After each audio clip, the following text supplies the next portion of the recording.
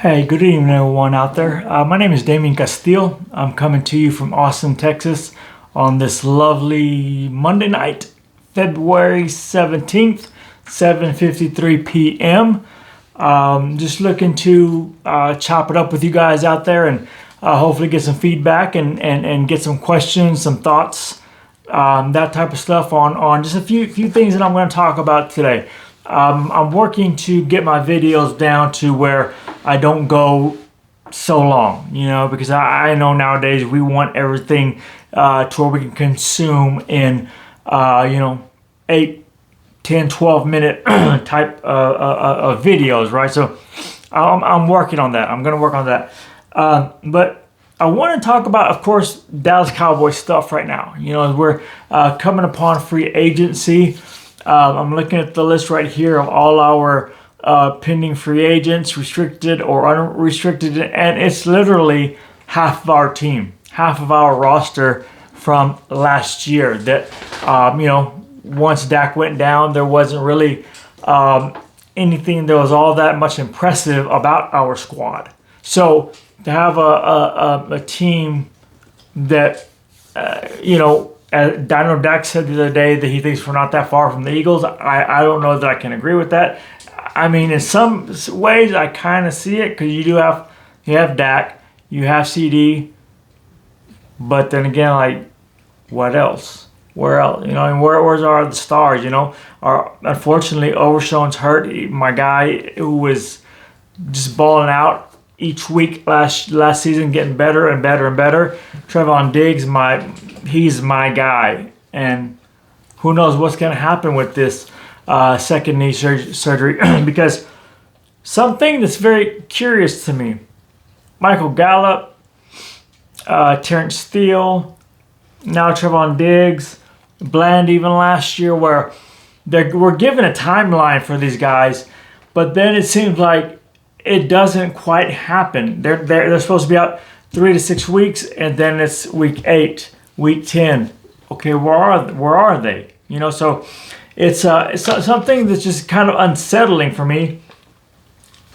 Excuse me, as a fan, when years ago we seemed to have the best doctors and our Dr. Cooper is still the best, but a staff at getting guys back on the field, in a timely fashion, not taking something that was supposed to keep them out 3 to 4 weeks, and now it's 8 to 10 weeks instead, 2 to 4 weeks, and now it's, again, 6 to 8, whatever it may be.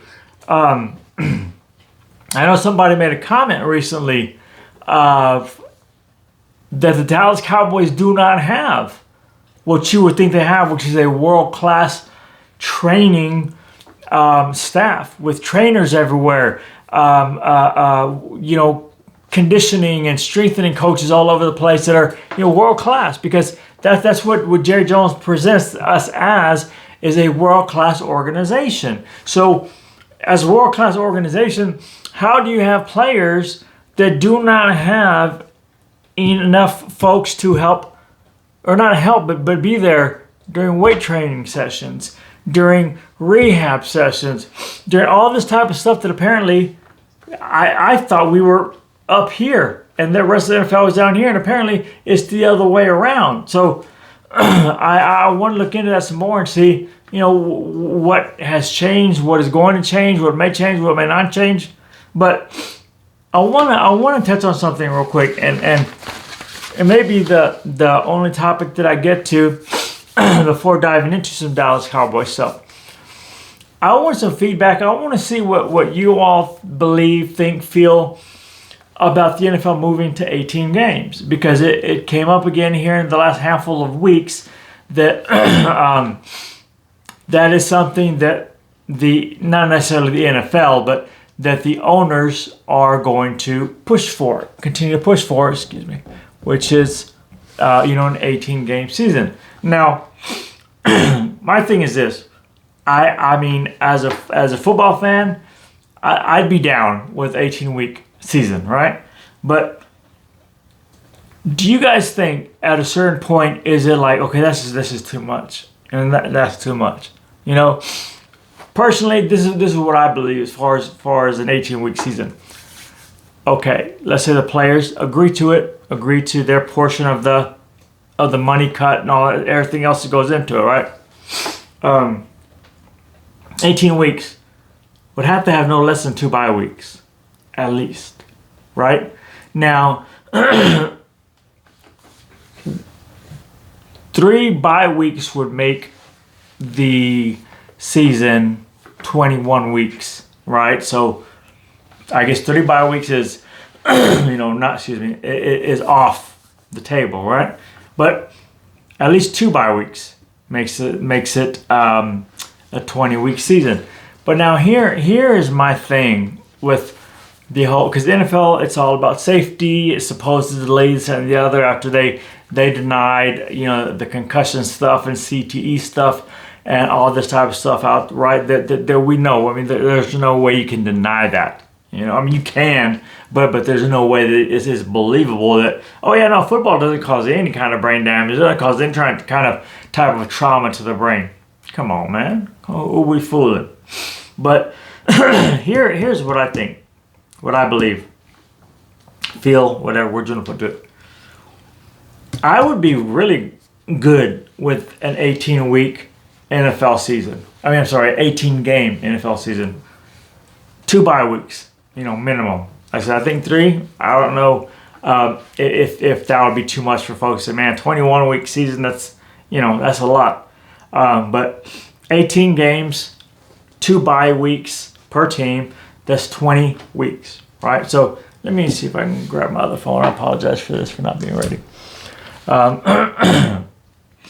So using this year as an example, to get 20, and I should have been prepared, I apologize, 20 games, to get 18 games, 20 weeks in, it would definitely have to start the Sunday after Labor Day, if not even the Sunday just before Labor Day.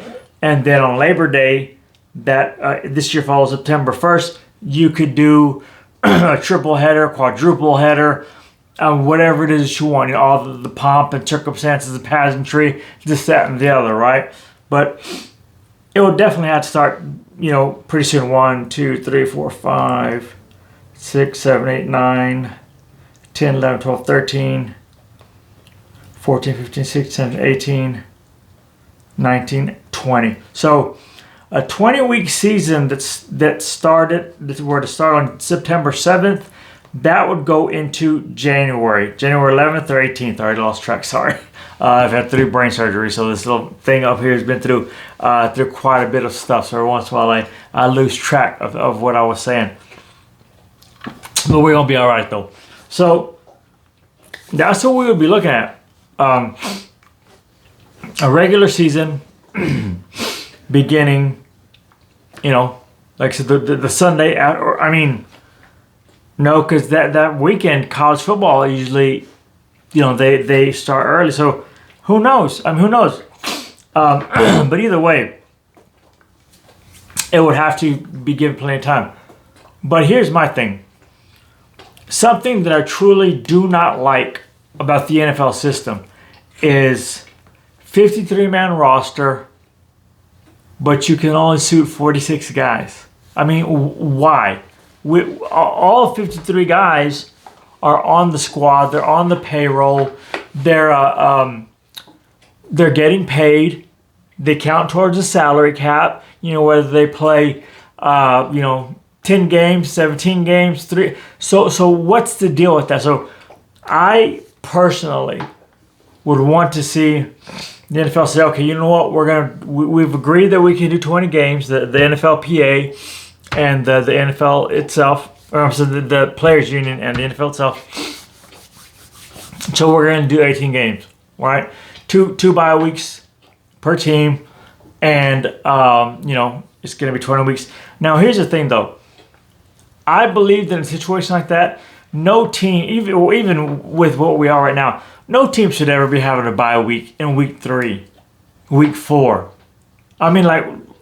It drives me nuts when it happens to the Dallas Cowboys where, week 3 or 4, we're having our bye week. And then that's going to leave you for the whole stretch without a break. So I would say 2 bye weeks, none of them before the 4th week of the season, right? Since you're going to have 2, maybe you break it up to where 4th, 5th, 6th, 7th, that's 4, is the first one, right? And then now you're week 7, 6 games in. You go on a few more games, and then on the back half, you kind of do the same thing. 13, 14, 15, 16, something like that. 14, 15, 16, something to that effect. If y'all follow me, there's a time during the first quarter of the season, and then during the second quarter of the season, something to that effect. Now, I believe that, or what I would like to see it done is, okay, we're going to go to 18 games. We're going to have a 20-week season, 2 bye weeks per team. I know I've already said that quite a few times. I think 60 to 65 man teams, rosters, I think that is the way it should be. If you do a 60-man roster, you're adding 7, right? So those guys can be, predominantly your emergency quarterback, special teams players, kick returners. Because, goodness gracious, are the Dallas Cowboys ever going to get rid of C.J. Goodwin? And stop pretending that he's a cornerback. He's not. He's a special teams ace. But come on, man. We got to find another one, and we got to find one that can do something more than just that. Whether it's play a little linebacker, whether it's play a little cornerback, safety, something, wide receiver. Give us something besides just the special team stuff. But in increasing the number of guys on a roster, well, now you can do that. You know what? This guy, he can't really play cornerback, safety, linebacker. He can't really play wide receiver or running back or blah, blah, blah. But he is a special teams demon. And we really want to have him. We feel like we need to have him. Okay, that's one. And then here's this other guy, a Cavante Turpin type. We can use him here or there as receiver, a gadget type player, but he's on the team predominantly due to special teams. Even though I didn't like the Deuce Vaughn pick at all, because I felt it was just done for publicity, for show, for this and the other, when we actually needed a true running back. The last 2 seasons, nothing. Deuce Vaughn is what we had to show for in a couple of seasons where we could have drafted a nice running back, But nothing against him. It's the person. Nothing against him, the person. But my point is that, okay, so now we have C.J. Goodwin, who is our special teams ace. We have Cavante Turpin, punt returner. Deuce Vaughn, maybe. Kickoff returns. With him and Cavante Turpin back there. I don't know, but now you have a reason for some of these guys that will never really get used on offense. That they will never really be used on defense, because it's like, man, if we get down to having to play this kid at a cornerback or linebacker, we're screwed. Because that means everybody, it would be a bad situation. Imagine a situation where the playoffs are on the line and we have to play the last 3 or 4 games of the season with C.J. Goodwin starting at cornerback. Any takers on that one? No, thank you. No, thank you. So I would like to see the league go from 65-man rosters. I don't know if 65 is too many. Is it? If you guys watch this, is 65 too many? I will say this: if we were to go to 65 players, okay, let's go from 46 to 58 players suiting up. and you still got 7 players that are there, but they don't suit up every weekend. In my opinion, I would want to see a minimum of a 60-man roster, and everyone is eligible to play on game day. I mean, everyone. Like I said, they're on the payroll, they're on the contract, they're getting paid, they're practicing during the week. Stop with all this nonsense of having a 53-man roster and only 46 guys get to suit up on Sundays. It's just I don't like that. It's ridiculous. So if you're going to give me 18 games and a 20-week season, I will take it. But also give us 60 to 65-man rosters with everyone eligible to play every Sunday. Like I said, 60, 62, yes, definitely, they can all play. 65, okay, maybe, we let you shoot up 60, 58, something like that. But I don't see any reason for any of that nonsense. I really don't. Like I said, give me,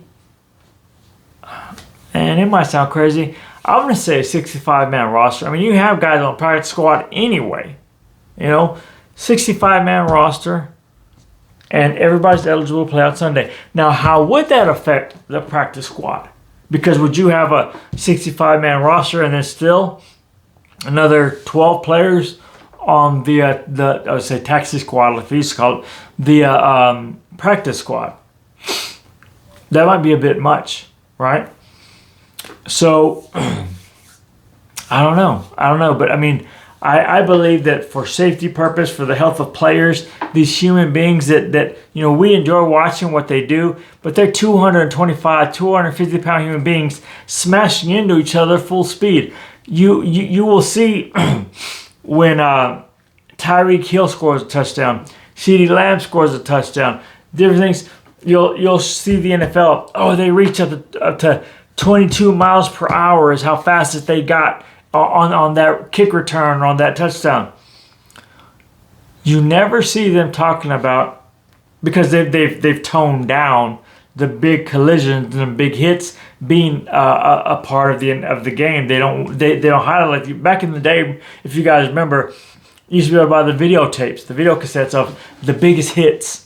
The biggest, hardest hits of the NFL season, right? No, they don't. But show me these two guys on special teams crashing in together. What was his top speed and what was his top speed? I mean, just think about it. If you have a guy that's on the return team, gets a full head of steam. Well, maybe it's just they've changed. Maybe it doesn't really work that way. But either way, if he gets up to 15 miles per hour, and then the guy coming this way gets up to 18, and they smash into each other, that's a heck of a collision for two human beings, not vehicles. You know what I mean? For vehicles, that can still cause damage. So imagine to a human being. And so you don't see that. You see it on the touchdowns. You see it on the runs and the catches and the returns, set and the other. But they don't show that. So part of my reason also for saying a 65-man roster is you have 2 deep on defense. That's 22. 2 deep on offense. That's 44. Right? You can still add a few more in there. But then 65, I would say, you could say, okay, you know what, we're gonna do a 65-man roster. 7 of them are, unless it's an emergency, are only eligible to play special teams. And that's fine. You have a couple of kickoff returners, a couple of special teams aces for tackling, your deep snapper, kicker, punter. That's 7 right there. I'm thinking about it. Deep snapper, kicker, punter, punt return, kickoff return, 1 or 2, and then your special teams muscle, whatever you want to call it. So, yeah, I do think 65 is the right number. Give us a 65-man roster for each team. All of them eligible, with the caveat of this part of the team, special teams only. You have offense, you have defense, you have special teams. So, so these guys are allocated for special team. And then if they show that they have more to offer, okay, well then guess what? We'll move him to the active roster, cut somebody, and put somebody in for something like that. But it can be done. It can be done, and it needs to be done if we are going to begin talking about an 18-game season with 2 bye weeks. Now, as the weeks to come, I'm gonna get into maybe tomorrow. I want to do this more regularly. The 26-ish players that I'm looking at right now that are not under contract. The always hearing we like our guys, we like our guys, we like our guys. We like the guys that we have in that locker room. We like our team. We like the guys that we drafted. When does that stop? We like our guys, and from 2019 till now, real quick rundown. Tristan Hill, Connor McGovern, Tony Pollard, cornerback Michael Jackson, defensive end Joe Jackson, safety Donovan Wilson, running back Mike Weber, defensive end Jalen Jelks. Out of that 2019 draft, we got something useful out of Tony Pollard. Donovan Wilson, I guess, he's good for a big hit, but he cannot cover anyone. He can't cover. He cannot cover. He cannot take good angles he's a liability. He really is a complete liability. But he's managed to stay on the team. Special teams and other stuff. Tony Pollard, the first 3 to 4 seasons, he was wasted because it was like, how hard is it to utilize this guy with Zeke Elliott? Like, why? Why is it so impossible to find a way to get this guy touches? Running the ball, catching the ball, kickoff returns. So, the first few years of his career were wasted, and then I think, did we franchise him?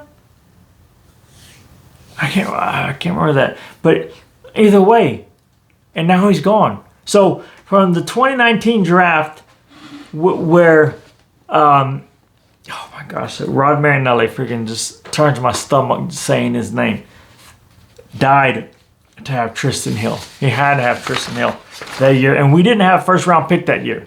So Tristan Hill was our number 1 pick in the second round. Taco Charlton was his guy. This, that, and the other. But anyways, we'll go back to that. But 2019 draft. One person is still on the team. And he's probably doesn't really deserve to be anything more than a special teams player. Now, Donovan Wilson, I will say this. If safety was played the way it used to be played, a free safety, a strong safety, box safety, he would be great at that.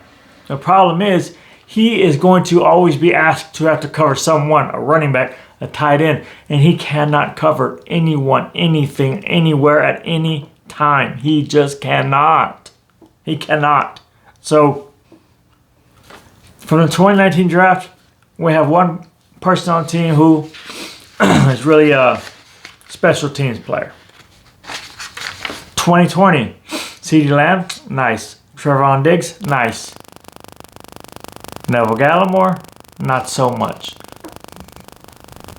Sorry about that. Neville Gallimore, not so much. Reggie Robinson, he was my pet cat. I was hoping he was going to come in and just be a really good wide receiver.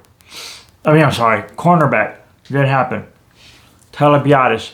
He was a serviceable center who should not have stopped us from drafting a center somewhere else the next couple of years after we drafted him. He was serviceable. He was cheap. So that's all that Stephen Jones cares about. So, okay. I sent my check. Bradley Anai, who we were told over and over was just this pass rush specialist. He's not that tall.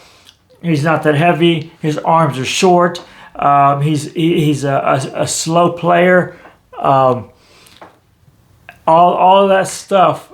But hey, he's gonna come into the NFL and be a gangbuster defensive end. How? You just said he's too short. Arms are too short. Too slow. This, that, and the other. But he's going to come into the NFL, from the college and do something. No, it didn't happen, obviously. So, 2019, 2020 drafts. I mean, Connor McGovern did play out his contract, but they never decided on where they wanted him.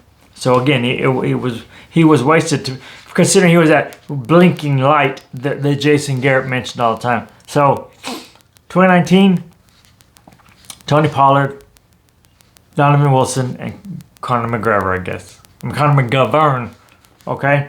And out of that, only one player's on the team. 2020, CeeDee Lamb, Trevon Diggs. Neville Gallimore played out his contract. Tyler Biadasz played out his contract. But, I mean, Lamb and Diggs is what it's all about. And it's great to have them. We need Diggs back healthy. 2021, Micah Parsons. Yay, everybody's, it's Micah Parsons. Oh, yeah, that draft was excellent. That draft was amazing. Pump the brakes. Micah Parsons in round 1, tremendous. But then we got Kelvin Joseph, Osa Odigizua, who is a splash player, but in my opinion, an overrated player who is going to get greatly overpaid by another team. I hope we're not the ones that overpay for him. I like him, I love the guy, as a player. But, if somebody gives him the bag, let him take the bag somewhere else. I honestly would much rather us re-sign Chauncey Golston, let him play defensive end, stop that in and out from tackle to end, let him be a defensive end and play his game, man. Stop with all that in and out here, there, up, down. No, put them somewhere and let them play, let them succeed. And either they sink or they swim. But stop with all this position flex and every player has to be able to play 2 or 3 positions. Stop it. Stop already. If you want a really good left tackle, draft one. Don't draft the guy that doesn't have the potential to be a great tackle, but he has the potential to be an above average tackle and guard, so he's got position flex. Get out of here with that, man. Get out of here with that. Let these guys play their positions. I'm sorry. And Chauncey Golston is one, so I'd like to see him back. But yeah, after Micah, Calvin Joseph, Osa Odigizua, Chauncey Golston, Ashawn Wright was the 99th pick. Jabril Cox. We had 6 picks in the top 115. 5 in the top 99. Josh Ball, Sim Fehoko, Quentin Bohanna, Mukwamo, who I love, but, I don't know, and Matt Farniok. 7th round pick, 238-pound guard, who the Joneses were always swearing he could play center, either guard position, and he was that. We never saw it. Because it wasn't true. The Joneses always overhyping, always overselling players. So, 2021, Micah Parsons, an amazing pick. Amazing. Calvin Joseph. Osa Odigizua. Pretty good. Small. Not doesn't necessarily stand up against the run. He always seems to hit a wall somewhere past mid-season and then just, he's kind of like, that's it. Ashawn Wright, Jabril Cox, Simi Fehoko. I don't know. 2022. And I believe that draft was from 20 on, very crucial drafts. 2022. Tyler Smith, great. Sam Williams, red flags, character issues. DQ loved him. Dan Quinn loved him, worked him out on the other. We drafted him number 2. Hasn't really done so much. Knee injury last year. Now he's going to be on a contract year. But how healthy will he be? We'll see. Jalen Tolbert just has not. When he has the opportunity, to me, I feel like he has some of that toe drag swag. He has that kind of every once in a while I'll go up there and say, no, that's my ball, and you ain't taking it from me. So I do like that about him. It just has not been consistent. It has not been on a regular basis. But there are some things there to really like about Jalen Tolbert. But up to this point, it has to be incomplete. I'd say Tyler Smith is an A+. Let's say A. I'd say he's an A+ at guard, A at left tackle, maybe A-. Sam Williams, incomplete. Jalen Tolbert, incomplete. Jake Ferguson, again, selling him as this amazing, awesome tight end. We'll see. I believe he still has a whole lot to prove. Matt Waletzko, I ain't even got to say nothing other than his name. Deron Bland, we all know Deron Bland. We're thankful for him in the 5th round. Amazing. Damone Clark. Damone Clark, and then the year before that, Jabril Cox. I was super excited about those two guys. I thought that we had steals at the linebacker position. I thought that they were going to do just amazing things. Didn't quite turn out that way. So Deron Bland, Damone Clark, he's there. So, I don't know, C+ player? You guys tell me. Deron Bland,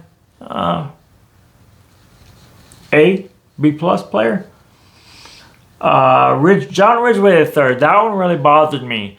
We thought we could sneak him through waivers, and Washington scooped him up. And we lost somebody that, at least listening to his demeanor and his attitude, he would have brought something to the team that we needed, for sure. What he would have become, I don't know. I'm not going to pretend to know. Devin Harper, linebacker. Don't know. 2023. Mozzie Smith. And then in the 2nd round, as they say, desperate men do desperate things. We desperately reached on Luke Schoonmaker. They freaked out. There was a run on tight ends. Oh my God, we got to get one. And they got Schoonmaker. So, Mozzie Smith, incomplete. Let's say he's great, incomplete. Schoonmaker, incomplete. Overshown. Take away the injuries, and he'd be an A. Turning into an A+ player at some point last season towards the end. If he would have stayed healthy all season, he would have definitely been an A+ player. We'll see. Austin Richards, we just can't seem to see the guy. I have no idea why. Eric Scott, we traded a 2024 pick to jump back into the 6th round to draft Eric Scott, a cornerback who was tall, nice length to him, but he ran like a 4.7, 5.40, something like that. Dude had no speed to him, none whatsoever. And then Deuce Vaughn, Jalen Brooks. So that's 2023. Oh, I forgot. Viami Fehoko, Junior Fehoko.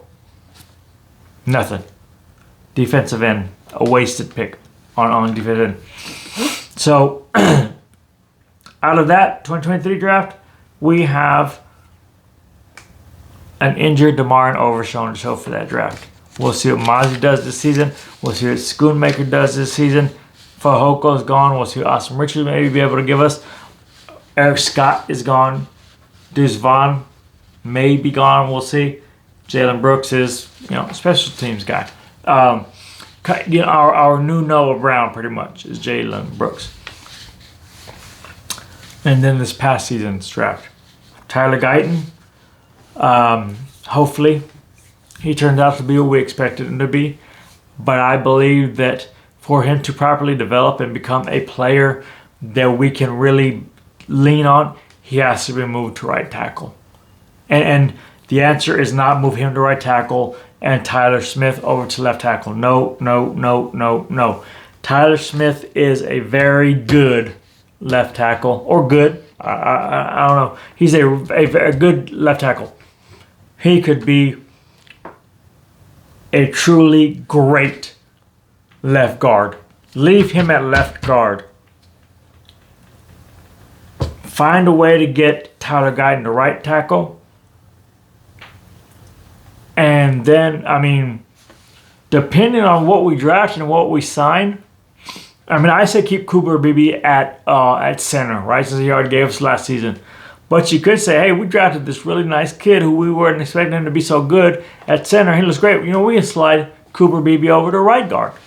Takes Zach Martin's spots. Now you have going from right to left, Tyler Guyton, Cooper Beebe, this awesome, amazing center that we drafted, Tyler Smith, and then somebody at left tackle. That's tricky though. I mean, left tackles are hard to find. So if we do find left tackle in this draft and you move Guyton over to right tackle, well, then now Zach Martin's going to probably be gone. We got to replace him with somebody really, really good. Now, with having a far superior offensive line coach coming in, as well as another coach with offensive line experience, the line's going to be better just by addition by subtraction. And I can't really say that because we're adding these two coaches, but we're also subtracting. I'm not going to remember his name because I probably have blanked out purposely, the old line coach. So the O line's going to be a lot better just with the coaching. That's for sure. So I'd say either Terrence Steele takes a leap forward with this new offensive line system, these new coaches. That's a great. And Guyton just, picks it up finally at left tackle. With it, we're good for a while. We are good. We just have to make sure that Hoffman, who is a restriction free agent, or TJ Bass can fill in for who's the all everything guard that I'm thinking about, the 99 on Madden, Travis Martin, Zach Martin, sorry. So one way or another, we have to get through free agency and definitely the draft. We have to come up with two offensive linemen that will be able to produce and be able to be a part of the future. But yeah, 2024, Tyler Guyton, Marshawn Nealon. I like that kid. I like that kid a lot. Cooper Beebe, Maurice Leofau. He's going to be a dog for us. He's going to be a dog. So that's looking pretty good. Kalen Carson, if they can keep the kid healthy, he's going to be a good one. Ryan Flournoy, wide receiver. Everybody was dying to see him play. Again, another Noah Brown. Nothing against the kid because I really like the kid and his highlights and his this and that. Everybody is dying to know why and what will happen with Nathan Thomas, the offensive guard. I have him as offensive tackle, but I heard them on one of the podcasts the other day calling him as an offensive guard.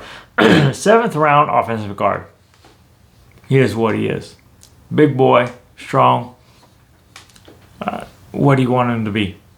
Somebody that can compete with Hoffman and with TJ Bass? He may not even be that, unfortunately. We'll see. And then Justin Rogers, who was cut, went with Cincinnati, and then we posted him off of their practice squad. But again, 7th round defensive tackle. But I will say, Guyton, Nealon, Beebe, Leofau, and Carson, that's 5 players that should give us hope, from the 2024 draft pick. And of course, we haven't got yet to this year's draft, but, our drafts have been a mess for a team that is constantly chirping about we like our players, draft and develop, draft and develop. You got to build through the draft. You got to build through the draft. Okay, so then build through the draft. Show us what it looks like to build through the draft. And one of the issues is, and here's going to be the thing. We got another coaching staff coming in, all right? And I'm going to end with this. It's been a handful of years now, but we had Mike Nolan. That was a complete disaster during the COVID season. DQ. Mike Zimmer, who I really, really was excited about last season and was hoping to come back, but he's gone. Matt Eberflus. Fourth different defensive coordinator. I know Zimmer likes two big-bodied boys up in the middle of that D-line. You know what I'm saying? 345 pounds each. 300. That's what he likes. He didn't have that. He wasn't given what he needed to succeed. But yet, the Cowboys ended up, it was like top 5 in sacks. It was ridiculous. The things you didn't even realize that Zimmer was doing. He was turning this defense around. They had turned the corner. They had bought in a way that would have truly allowed them to grow in this system. But he's gone. Now we're on to another defensive coordinator. What type of linebackers is it? Because Eberflus was our linebacker coach, went to India as DC, then Chicago as a head coach, and just didn't cut it as a head coach.